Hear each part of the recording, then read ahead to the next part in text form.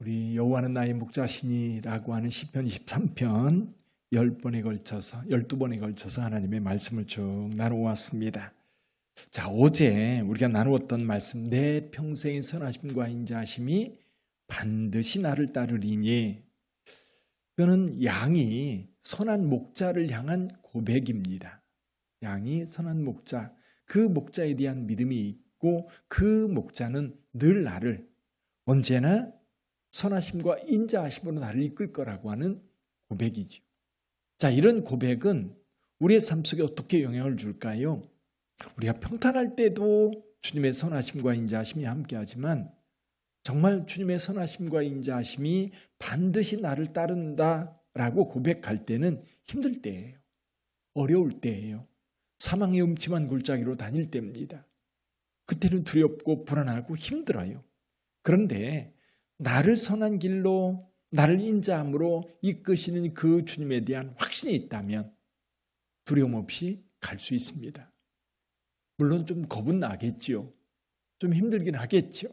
그러나 그것 때문에 낙심하고 그것 때문에 좌절하고 그것 때문에 멈추지는 않습니다. 왜? 우리 주님께서 함께 하시니까요. 우리 주님께서 우리를 인도하시기 때문에 우리는 뚜벅뚜벅 그 길을 갈 수 있는 겁니다. 그래서 믿음이 있는 사람들이 세상에서 승리하는 겁니다. 똑같은 능력, 똑같은 힘, 똑같이 가지고 있는 것들이 있다고 한다면 믿음의 사람들이 훨씬 더 그 길에서 힘있게 나갈 수 있는 거예요. 특히 어려움이 있을 때에 그 어려움 때문에 좌절하지 않고 당당하게 그 길을 걸어갈 수 있는 거지. 근데 오늘 고백은 어떤 고백인가요? 오늘 마지막으로 드리는 고백이 있습니다. 내가 여호와의 집에 영원히 살리로다. 결론이거든요. 결론. 이 결론은 어떤 결론입니까? 목자를 향한 나의 결단이에요. 그렇죠? 목자를 향한 나의 결단. 목자가 나를 언제나 인자심과 성실하심으로 나를 이끄시고 도우신다고 한다면 나는 그러면 그런 선하심과 인자하심으로 나를 이끄는 주님을 향한 나의 반응은 뭘까? 나의 반응. 나는 전적으로 그를 믿고 그를 따르는 겁니다. 그래서 마지막으로 고백합니다. 내가 여호와의 집에 영원히 살리로다. 내가 여호와의 집에 영원히 살리로다. 이제 결론입니다. 그동안 양떼를 살펴봤어요. 여러분, 오늘 우리가 시편 23편을 보면서 시편 23편은 목자와 양, 실제로 다윗은 목자였고 양떼들을 그렇게 이끌어 왔어요. 근데 이 관계를 다시 돌려보니까 여호와께서 나의 목자가 되시고 나는 그분의 양이더라는 거지요. 그분의 양. 그럼 이 양의 입장에서 이 시편 23편을 쭉 우리가 살펴봤습니다. 자, 오늘 본문의 말씀, 내가 여호와의 집에 영원히 살리라고 결단하는 이유. 우리가 이제 시편 23편을 쭉 보면서 우리 목자가 양을 어떻게 인도해 왔는지, 양이 1년 동안 어떻게 살았는지 이제 되돌아 봅니다. 자, 본부 목장이 있습니다. 양떼가 그 목장에서 푸른 풀밭에서 넉넉하게 먹이를 먹었습니다. 쉴만한 물가에서 쉬었습니다. 그런 넉넉한 보살핌 가운데 이 양떼는 늘 배부르고 늘 편안하고, 그리고 주변의 맹수라든지 이 양들을 해치는 것으로부터 목자는 늘 보호해 주셨어요. 조금이라도 주변에 악한 짐승들이 달려들려고 하면 정말 예리한으로 그것을 살피고 쫓아가서 그 양들을 구해낼 뿐만 아니라 그 악한 것들을 물리쳐서 양들이 편안하게 두려움 없이 살 수 있도록 보호해 주었습니다. 여름철이 되면 저 고원의 테이블에 올라가서 거기에서 양떼들을 풍족하게 먹입니다. 너무 풍족하게 먹을 수 있는데 문제는 이제 쇠파리라든지 이런 곤충들, 이런 것들 때문에 이 양들이 고통을 당할 수 있습니다. 그래서 목자는 늘 기름을 준비하고 다니면서 그 코에, 그 머리에 기름을 발라서 양떼들을 보호합니다. 폭풍우가 몰아치고 또 음침한 골짜기를 지날 수밖에 없는 그런 때에도 목자는 늘 양떼를 보호하고 이끌면서 가을철이 되면 이제 눈보라가 칠 때 그 전에 양떼를 몰고 다시 본부 목장으로 돌아옵니다. 편안하게 거기 머물면서 이제 양들은 쉼을 누리게 되는 거지요. 이제 양들은 아마 털이 윤기가 반들반들 빛나는 그런 양으로 지금 성장해 있을 겁니다. 여기 집이라고 표현되어 있는데요. 집, 선한 목자의 가족, 식구, 이 양떼들이 아예 목자들과 함께 그 목자의 가족이 되어서 함께 살아가는 겁니다. 그 집에 이 양은 여기 있으면 되는 거예요. 다른 꿈을 꿀 필요가 없는 겁니다. 어디로 가겠어요? 그 선한 목자의 돌봄 1년 동안 돌아보면 그 험난한 세월들이 많았어요. 곤충의 공격도 있었고 맹수들의 공격도 있고 그 어둠의 골짜기를 지날 수밖에 없을 때도 있었고, 그러나 그때마다 목자는 이 선한 그 지팡이와 막대기로 늘 양떼를 보호하면서 이끌어왔기 때문에 양들은 더 이상 두려움 없이 여기 있으면 되는 거예요. 여기 있으면 되는 거예요. 딴 데 갈 이유가 없는 거예요. 그러나 또 반대의 상황도 있습니다. 반대의 상황. 이 선한 목자가 아닌 사꾼 목자나 양떼에 별 관심 없는 목자가 있어요. 어제 수능 시험이 있었는데요. 제가 고등학교 다닐 때 수학 선생님이 계셨어요.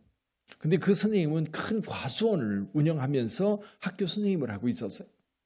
우리가 늘 생각할 때 선생님은 선생님이라고 하는 직업은 그냥 취미예요, 취미. 그냥 취미예요. 그러니까 늘 과수원에 관심이 있어서 늘 과수원 돌보는 일, 이게 학교 끝나면 과수원에 가는 거예요.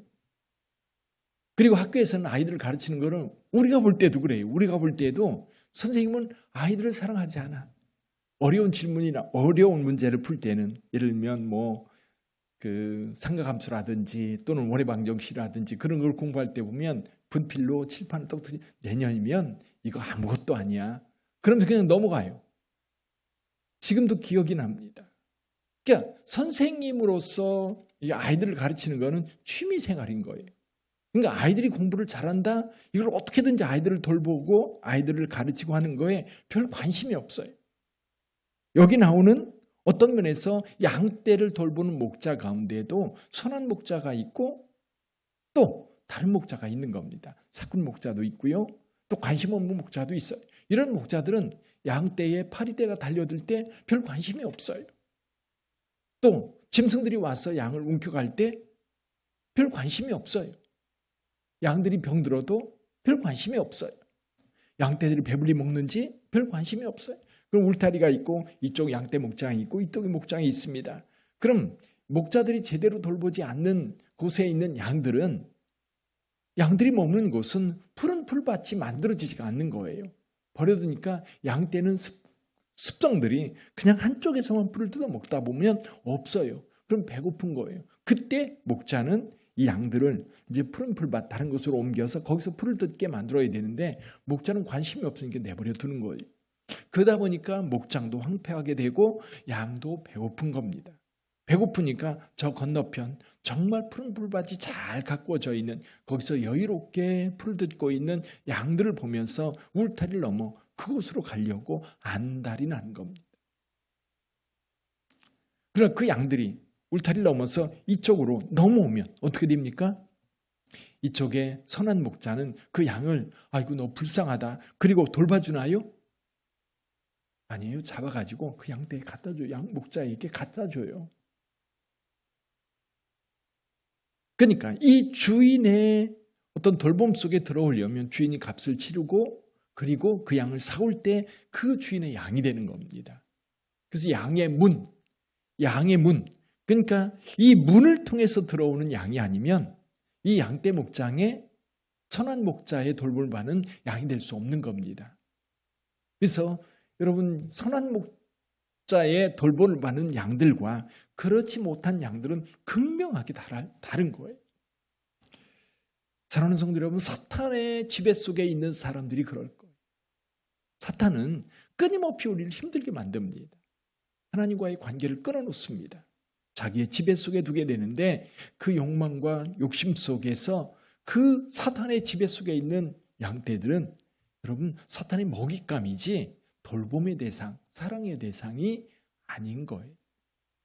그러나 다윗이 노래했던 여호와는 나의 목자시 내게 부족함이 없다라고 노래했던 다윗의 노래 속에 있는 그 양들은 그저 그 목자의 돌봄이 너무 감사해서, 너무 좋아서, 너무 편안해서 이렇게 고백합니다. 내가 여호와의 집에 영원히 살리로다. 할렐루야. 여러분들도 아마 지금까지 믿음 생활에 오면서 하나님께서 여러분들에게 베푸르셨던 은혜들이 있을 겁니다. 여러분 그거 잊으면 안 돼요. 조금만 어려우면 다 뒤집어지면 안 됩니다.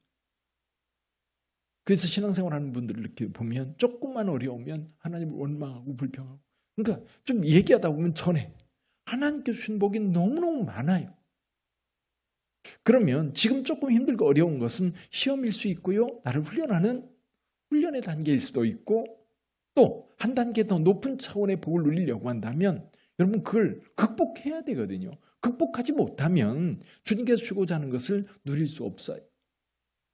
여러분 목자들이 양떼를 몰고 고원의 그 푸른 초원으로 여름에 이 양떼를 몰고 갈 때에 이 어두운 골짜기가 있습니다. 지나가야 합니다. 근데 난 무섭다고 안 간다고 머물면 죽는 거예요. 양 목자가 이끄는 대로 쭉 힘들고 어려워도 따라가는 거거든요. 힘들 수 있습니다. 한순간은 힘들 수 있지만 넘어서면 목자의 복이 있거든요. 저와 여러분들이 신앙생활할 때 이제 목회자로서, 제가 목회자로서 목회를 하면서 가장 안타까운 게 그거예요. 그분하고 오랫동안 신앙생활하면서 하나님이 주신 복 생각해보면 너무너무 많아요.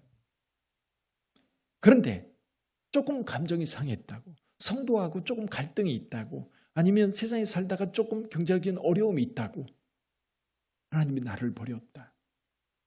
난 더 이상 신앙생활하지 않겠다. 난 이 교회를 떠나겠다. 그런 얘기를 할 때에 마음이 너무 아픈 거예요. 너무 아픈 거예요.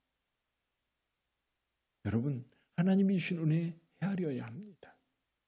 그래야 감사가 나와요. 감사는 우리 하나님께 주신 복에 대한 우리의 반응이거든요. 우리의 반응.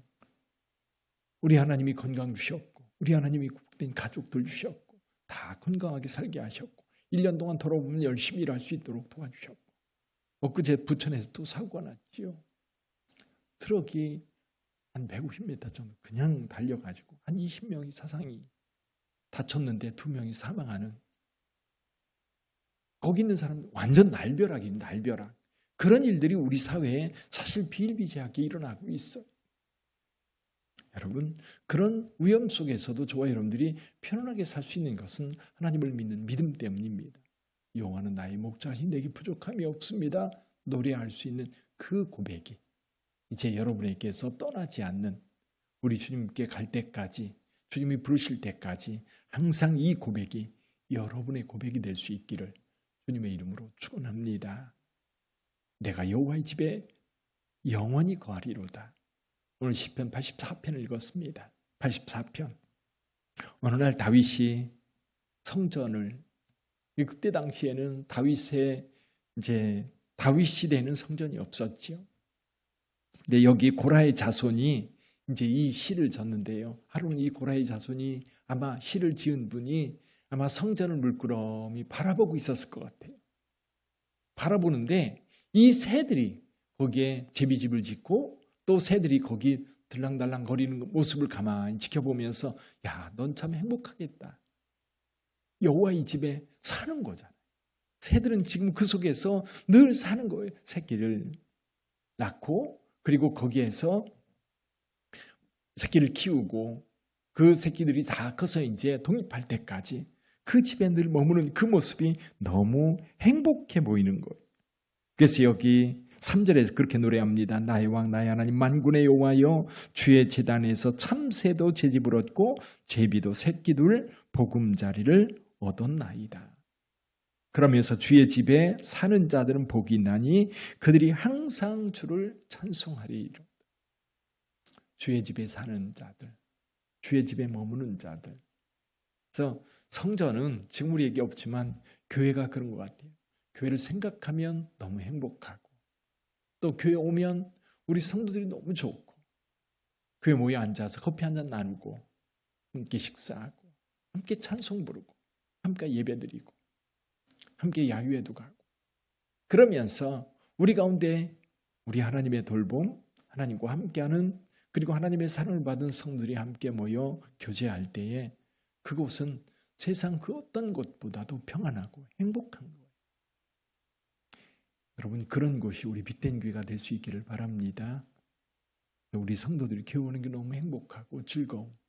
그래서 주님이 함께하는 그곳이 우리에게 가장 좋은 자리인 거예요. 결론은 이겁니다. 시편 23편이든 여기 시편 84편이든 결론은 그거예요. 단 한 가지, 주와 함께하는 겁니다. 주와 함께하는 것. 그래서 여러분들이 어디 있든지 주님께서 함께한다고 하는 그 믿음을 분명하게 고백하면서 살아가세요. 여러분들이 어느 곳에 있든지 교회에 있든지 집에 있든지 일터에 있든지 여행 중에 있든지 주님은 여러분들과 함께 하십니다.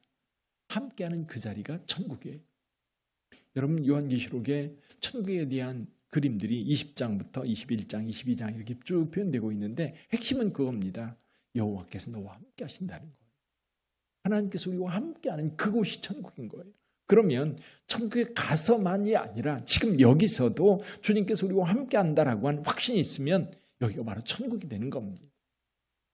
그래서 저와 여러분들이 시편 23편 여기 오늘 84편을 읽었는데 여호와께서 함께하는 그곳 우리 주님께서 함께하는 그곳이 천국임을 확신하고 기쁨과 행복을 함께 누릴 수 있는 저와 여러분들이 되기를 주님의 이름으로 축원합니다. 기도하겠습니다. 오늘 말씀을 생각하면서 몇 가지 기도합니다. 매 순간 주님과 함께 있게 하여 주옵소서. 주 안에서 평안과 만족을 늘 누리는 성도의 거룩한 삶이 되게 해 주옵소서.